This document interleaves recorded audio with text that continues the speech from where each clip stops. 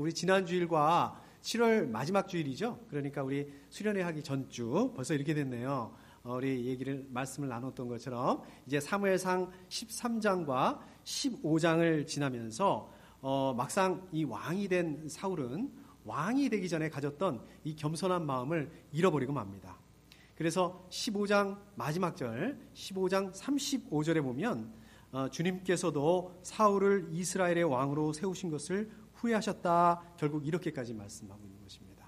자, 여기서 보면 지금 하나님께서 사울을 이스라엘의 왕으로 세운 것을 후회하셨다. 이 말씀은 하나님께서 사울을 이스라엘의 왕으로 세운 것이 잘못됐다. 그게 실수였다. 이 말씀이 아니라 지금 그 겸손함을 잃어버린 이 사울에 대해서 이 사울을 보시면서 하나님께서 아파하시는 것, 마음 아파하시는 것, 안타까워하시는 이 마음을 말씀하고 있는 것입니다. 지금 이것은 사울이 하나님의 말씀에 순종하지 않았다.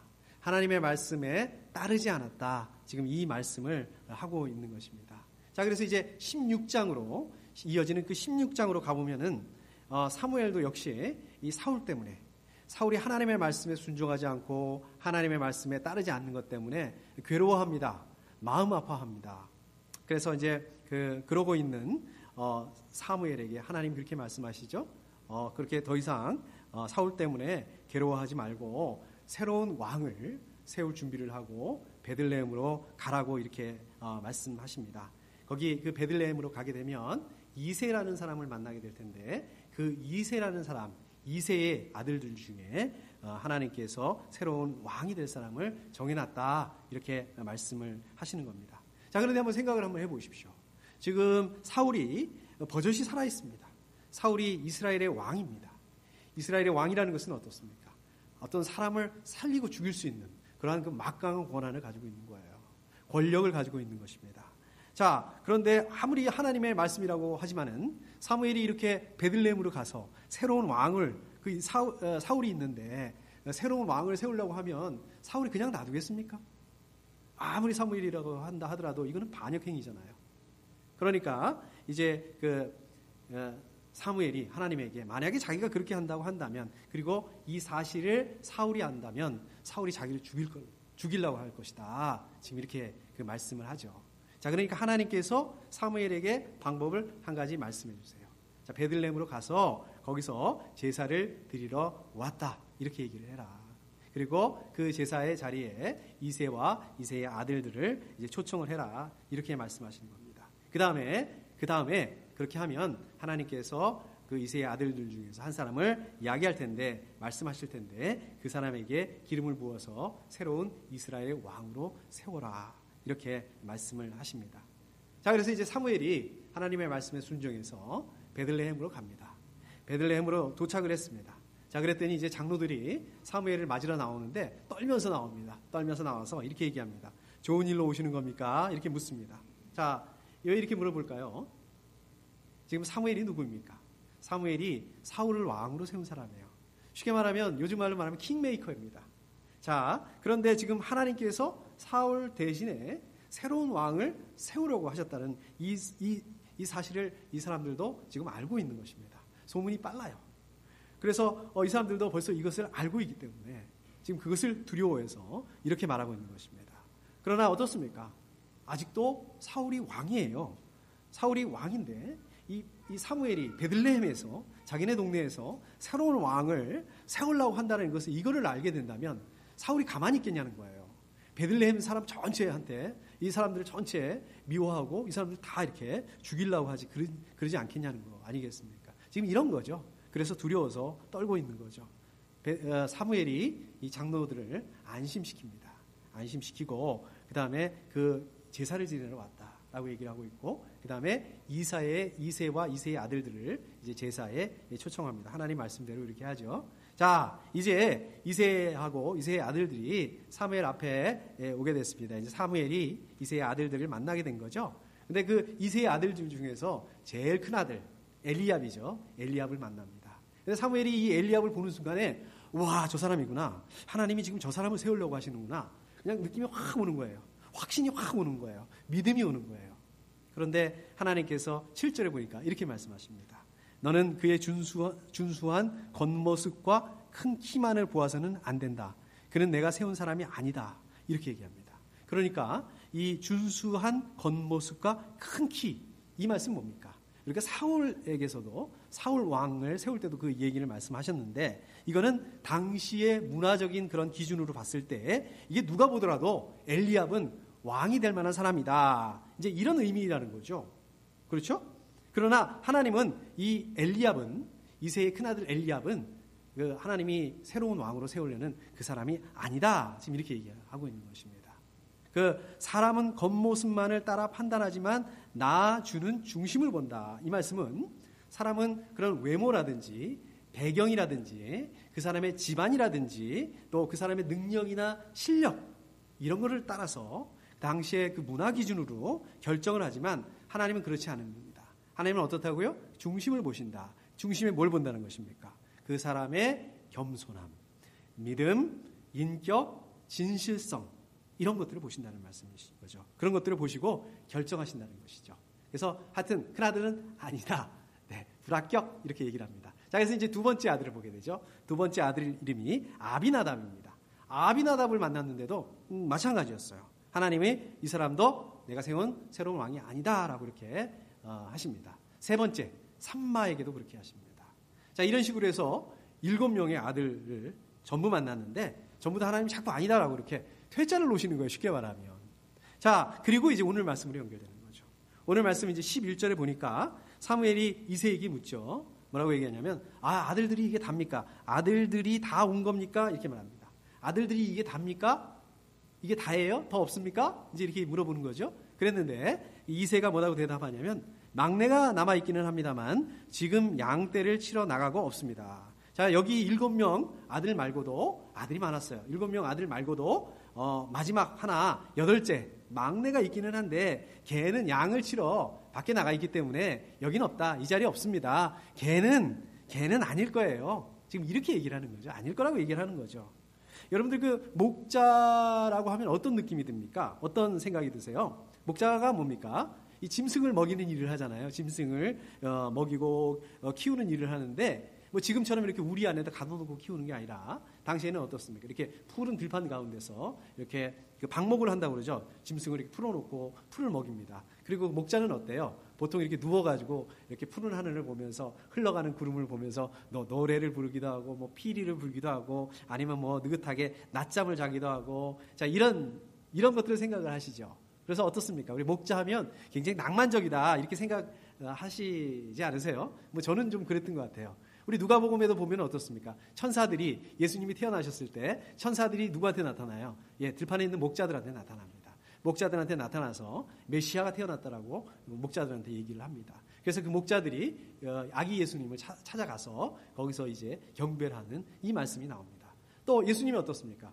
예수님이 자기를 목자에 비유해서 많이 말씀하십니다. 예수님은 목자였던 적이 없습니다. 직업이 목수였었지 목자가 아니었습니다. 그러나 목자라고 이렇게 비유해서 그런 말씀 많이 하세요. 그래서 우리는 목자 하면 굉장히 좀 낭만적으로 생각하고 좀 뭐 이렇게 좋다 이렇게 생각하기가 쉽습니다. 그러나 이 당시에 이 목자라는 직업은 그렇게 낭만적인 직업도 아니었고 그렇게 사람들이 선호하는 그 좋은 직업이 아니었습니다. 오히려 이 목자가 되면 어떻습니까? 사람들하고 늘 떨어져 있어야 돼요. 늘 떨어져서 짐승들하고 있어야 됩니다. 짐승들하고 있다 보니까 그 어떻습니까? 외로울 것 같아요. 뭐 누가 대화 상대도 없고 그래서 집에 가고 싶어도 집에도 갈 수 있는 그런 상황들이 아니고 그래서 그 목자들은 보통 사람들이 하기 싫어하는 그런 일이었습니다. 요즘 말로 하면 소위 말해서 3D, 3D 직종 중에 하나였다. 뭐 이렇게 볼 수 있습니다. 자, 그렇다면 왜 이새는 그 많은 아들들 중에서 이게 하기 싫어하는 누구나 하기 싫어하는 이 일을 그 많은 아들들 중에서 하필 그 막내 아들에게 보통 막내 아들은 어떻습니까? 막내 아들은 보통 이제 나이가 좀 있어서 나이가 들어서 보는 경우가 많잖아요. 그래서 보통 그 막내 아들들에게는 어떻게 대합니까? 좀 관대해요. 관대하게 대하는 경우가 많습니다. 좀 이렇게 특별 대우를 해주는 경우들이 좀 많아요. 자, 그런데 그 많은 아들들 중에서 왜 하필이면 지금 그 아들에게, 왜 하필이면 그 막내 아들에게, 그 막내 아들이 누굽니까? 그 사람이 지금 다윗이죠. 왜 다윗에게 그렇게 했느냐는 거예요. 왜 그 다윗에게는 다른 아들들과는 좀 다르게 했냐는 것입니다. 왜 다른 아들들은 이 사무엘 앞에 다 데리고 나왔는데 이 막내 아들에게는, 이 다윗에게는 왜, 이 다윗은 왜 그때 안 데리고 나왔냐는 거예요. 뭡니까?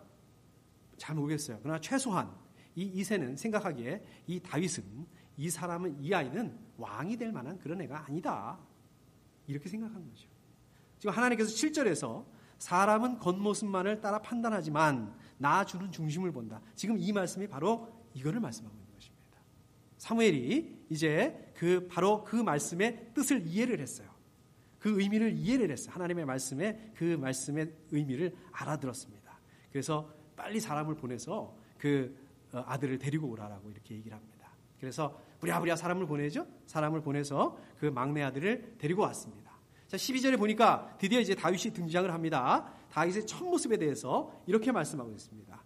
그는 눈이 아름답고 외모도 준수한 홍안의 소년이었다. 자, 그런데 이거 좀 이상하지 않습니까? 아까 7절의 말씀을 보게 되면 하나님은 겉모습을 가지고 판단하지 않는다, 이렇게 얘기하셨잖아요. 중심을 보신 분이다, 이렇게 얘기를 하셨잖아요. 그런데 여기서 보면 다윗에 대해서 설명하면서 눈이 아름답고 외모도 준수한 홍안의 소년이었다, 이렇게 외모에 대해서 먼저 시작하고 말씀하신다는 말씀입니다. 자, 이게 어떻게 된 거냐? 근데 이 말씀은, 이 표현은 지금 뭐냐면 이 다윗도 사울이나 아까 그 엘리압과 비견되는 좋은 외모를 지녔다, 이런 의미로 볼 수 있는 것입니다. 그러니까 이 다윗도 왕이 될 그 자질을 가졌다, 지금 이 말씀인 거죠. 창세기 39장 6절에 보면 요셉은 용모가 준수하고 잘생긴 미남이었다, 이렇게 말씀하고 있습니다. 요셉에 대해서 이렇게 얘기를 하고 있어요. 또 우리 출애굽기 2장 2절 말씀, 2장 2절 말씀을 보면 그 여자가 임신을 하여 아들을 낳았는데 그 아이가 하도 잘생겨서, 이렇게 얘기합니다. 그 여자가 누구냐면 모세 엄마예요. 그러니까 모세 엄마가 모세를 낳았는데 뭐라고 얘기하고 있냐면 그 아이가 하도 잘생겨서, 이렇게 말씀하고 있습니다. 여러분들도 뭐 다 경험이 있으셔서 아시겠지만 막 태어난 애가 뭐 잘생겼으면 얼마나 잘생겼어요. 그렇게 잘생기지 않잖아요. 그러니까 지금 이 말씀은 말씀 그대로, 말뜻 그대로, 문자 그대로 이거를 이해하면 안 되고요. 이해한다라기보다도 하나님께서 지금 이스라엘 백성들을 그 출애굽하는데 그것을 위해서 모세를 이렇게 예비시켰다, 이런 뜻으로 이해할 수 있는 부분들이죠. 그렇기 때문에 지금 다윗에 대해서, 이렇게 다윗의 외모에 대해서 이렇게 말씀하고 있는 것은, 이것도 다윗이 바로 하나님께서 말씀하시는 그 사람이다. 바로 다윗이 하나님께서 새로운 이스라엘의 왕으로 세우시기로 결정한 그 사람이다, 지금 이 말씀인 거죠. 자, 하나님께서 이렇게 얘기하십니다. 바로 이 사람이다. 어서 그에게 기름을 부어라, 이렇게 말씀하십니다. 자, 그래서 사무엘이 하나님의 말씀대로 그 형들 앞에서, 이제 형들이 이렇게 쭉 둘러서 있는 데서 다윗에게 기름을 부었습니다. 이게 무슨 뜻입니까? 사무엘이 다윗에게 기름을 부었어요. 사무엘이 다윗을 이제 새로운 이스라엘의 왕으로 세웠다는 말씀입니다. 자, 그러면 어떻게 되는 거예요? 그 다음 스텝은 어떻게 됩니까? 이제 왕이 됐으니까 왕의 대우를 받아야 되는 거 아니겠습니까?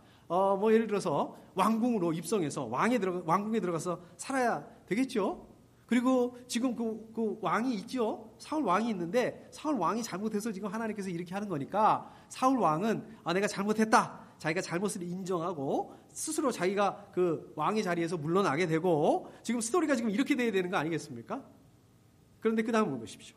그 다음을 보면 그러자 주님의 영이 그날부터 계속 다윗을 감동시켰다, 이렇게 얘기를 합니다. 그러니까 하나님의 영이 다윗에게 임했다, 이 말씀입니다.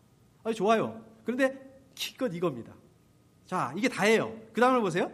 사무엘은 거기에서 떠나 라마로 돌아갔다, 이게 답니다. 바뀐 게 없어요. 아니, 하나님께서 지금 다윗을 왕으로 세우셨으면 최소한 그 왕으로 세운 거에 대한 책임을 지셔야 되는 거 아니겠습니까?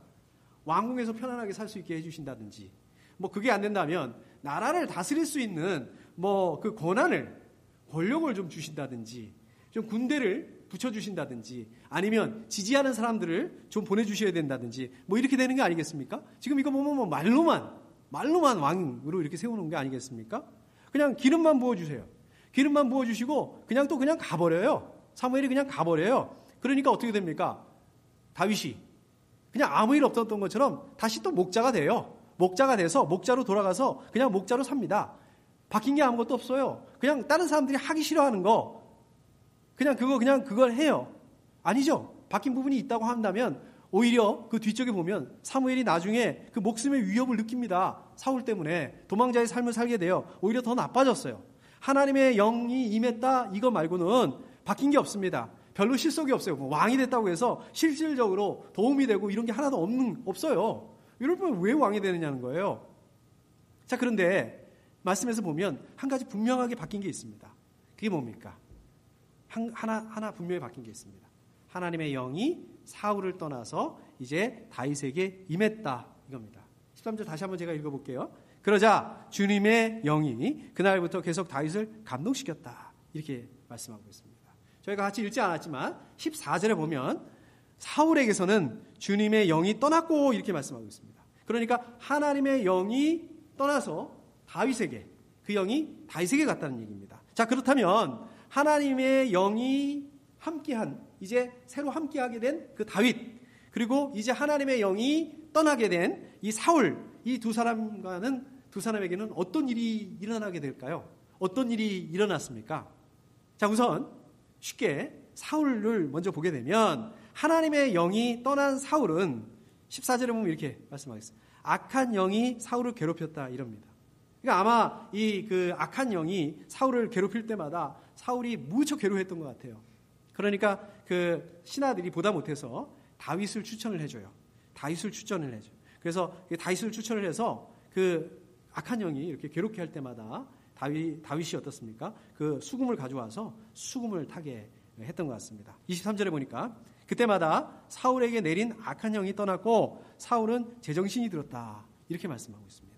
그러니까 사울은 평소에는 문제가 없었던 것 같아요. 그냥 정상적으로 이렇게 지내다가 악한 영이 그냥 사울에게 내리게 되면 마치 갑자기 그냥 발작을 하는 것처럼 막 괴로워했던 것 같아요. 그렇게 막 괴로워하면 빨리 사울 불러. 그러면 이제 사울이 와가지고 수금을 가지고 와가지고 수금을 타주면 그때서야 이제 그 악한 영이 떠나고 이제 사울이 제정신으로 돌아오게 되고 그렇게 된 것입니다.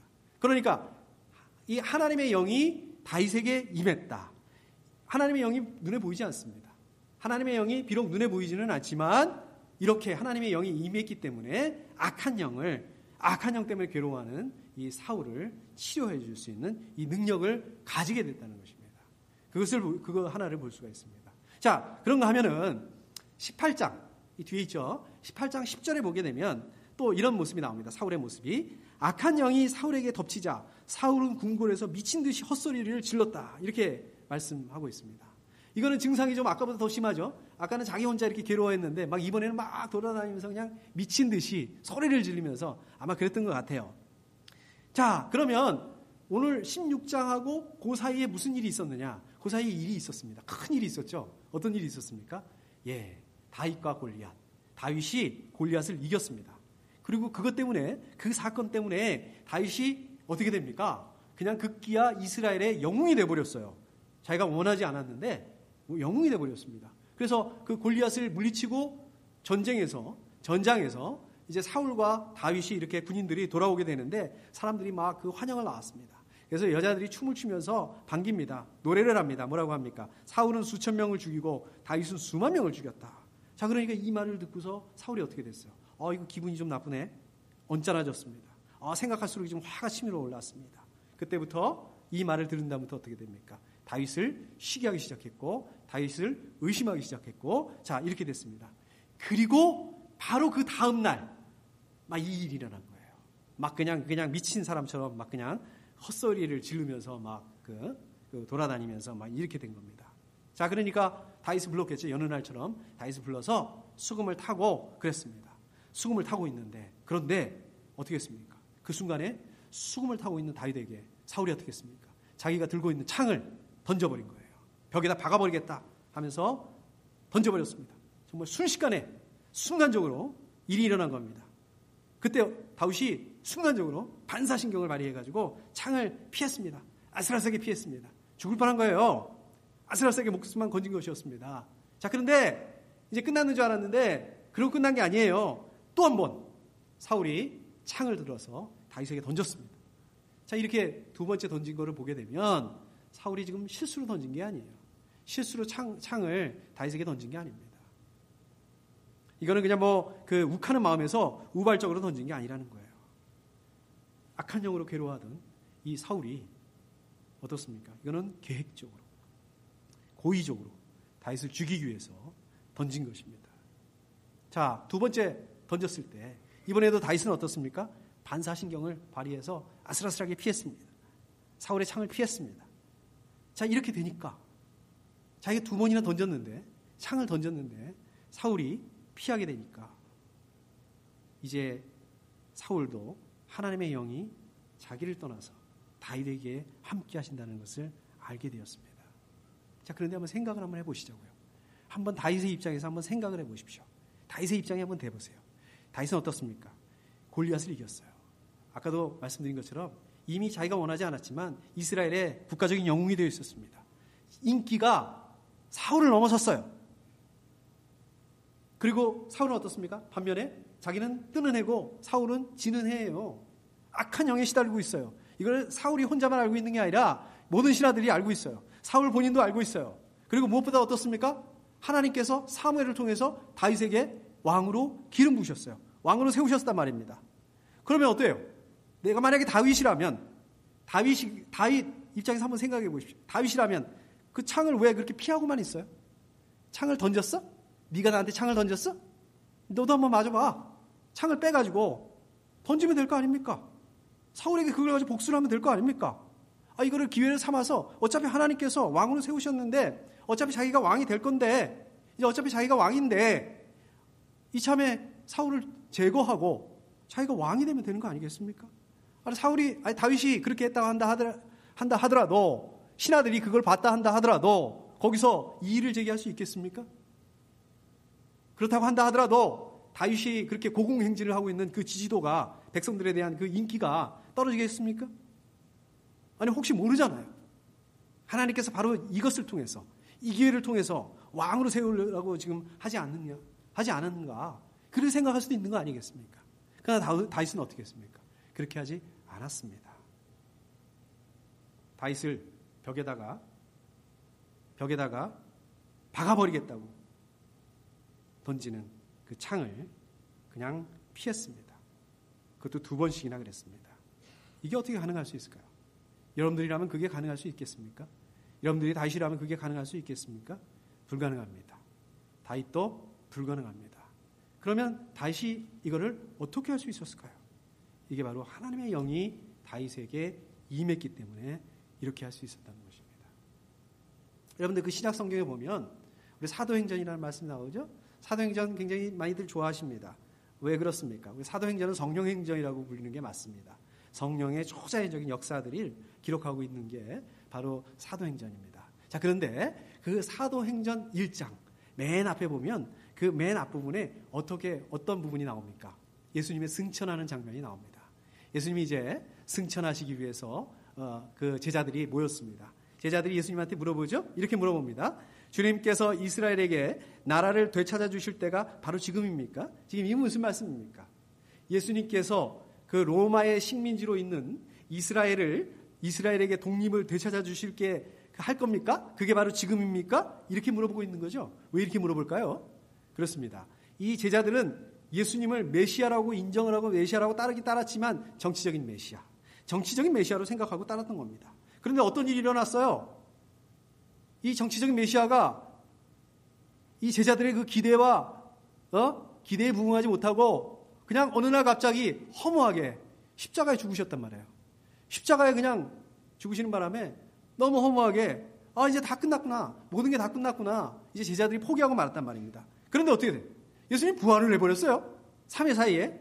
상황이 완전히 역전이 된 겁니다. 예수님이 이렇게 부활을 하셨으니까 이런 어마어마한 능력을 가지신 분이시니까 어떻겠습니까? 그 어마어마한 능력을 가지고 로마의 속국으로 있는 이스라엘을 독립시키고 또 그 이스라엘을 새로운 나라로 만들게 하시는 게 바로 지금이냐? 지금 이걸 물어보고 있는 겁니다.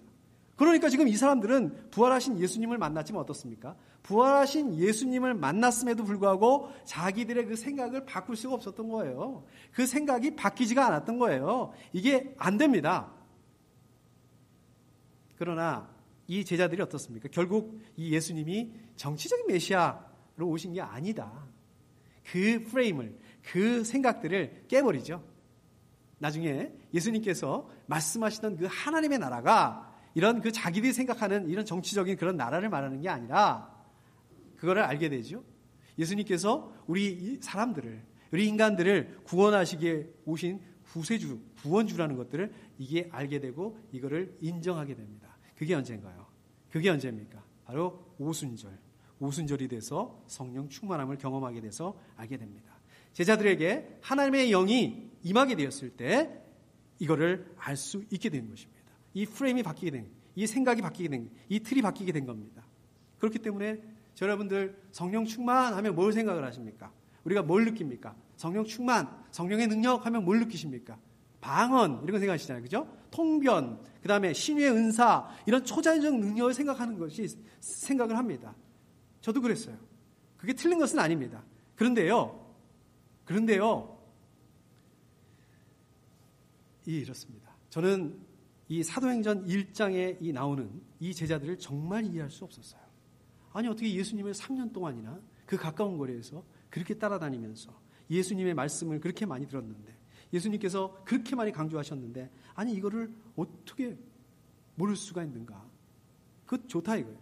너무 무서워서 십자가에서 너무 무서워서 도망가고 그럴 수 있단 말입니다. 그런데 이 부활하신 예수님 앞에서 어떻게 이럴 수가 있느냐는 거예요. 그런데 잘 보세요. 이게 저와 여러분들의 모습입니다.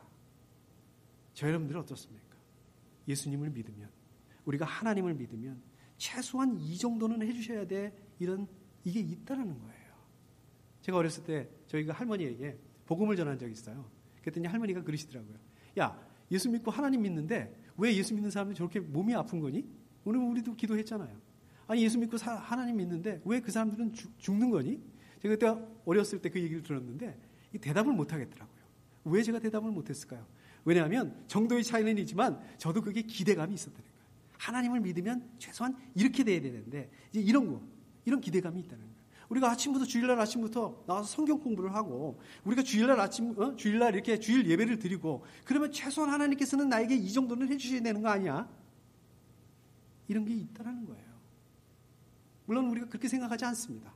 우리가 그렇게 말하지 않습니다. 그러나 우리 마음 깊은 곳에, 우리 본능 깊은 곳에 이런 것들이 꿈틀대고 있다는 거예요. 이거는요, 우리가 영적으로 성숙된다 한다 하더라도 우리가 성숙한 믿음을 갖는다 한다 하더라도 해결할 수 있는 그런 것들이 아닙니다. 우리가 이걸 어떻게 한번 해봐야지. 내가 그러면 안 되는데 해봐야지. 그러나 할 수가 없다는 거예요. 근데 이게 언제가 가능하다고요? 하나님의 영이 임하게 되면.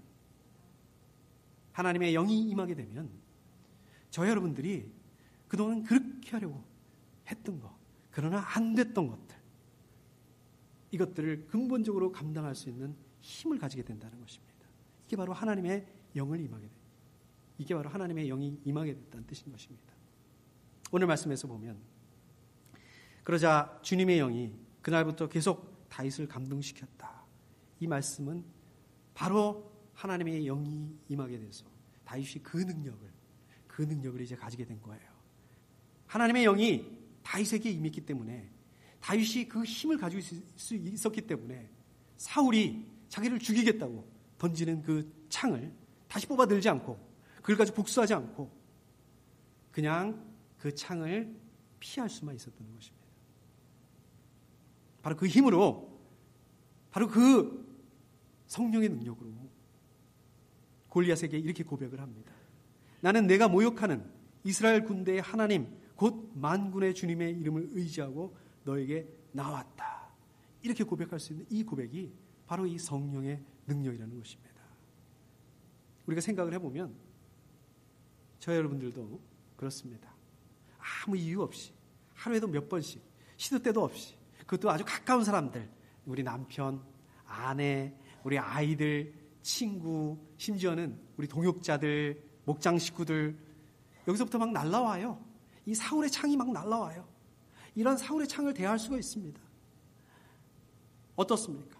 이 창이 때로는 우리 마음을 너무 아프게 하는 그런 말이라는 형태로 날라올 수 있습니다. 어떨 때는 이 창이 우리의 그 자존심을 건드리는 아주 그런 우리 자존심을 아프게 하는 그런 날카로운 것일 수도 있습니다. 여러분들 그때 어떻게 하세요? 이 창을 뽑아가지고 그래 내가 2배, 3배 갚아줄게. 나도 자존심 있는 사람이야. 나도 말할 수 있어. 그렇게 합니까? 내가 여기서 밀리면 안 된다. 내가 여기서 밀리면 끝장이다. 이러지 않습니까? 아니에요. 그러지 않습니다. 우리가 그렇게 안 하려고 노력을 한번 해봐요. 근데 이게 쉽지가 않습니다. 어렵습니다. 잘 안 됩니다. 왜? 우리의 본성은 복수하는 게 맞아요. 그냥 그 창을 뽑아서 2배, 3배 갚아주는 게 이게 우리의 본성이라는 말씀인 것입니다. 그런데 이러한 본성으로는 그럴 수가 없어요. 주님의 영이 그날부터 계속 다윗을 감동시켰다. 하나님의 영이 우리가 성령님께서 저와 여러분들에게 함께 하시면 그 능력을 우리가 감당할 때만 이러한 삶을 감당할 수 있다는 것입니다. 이번 한 주간도 이 하나님의 능력, 성령의 능력으로 말미암아서 승리하실 수 있는 우리 귀한 생명선 가족들 다 될 수 있기를 축복합니다. 우리 함께 기도하겠습니다.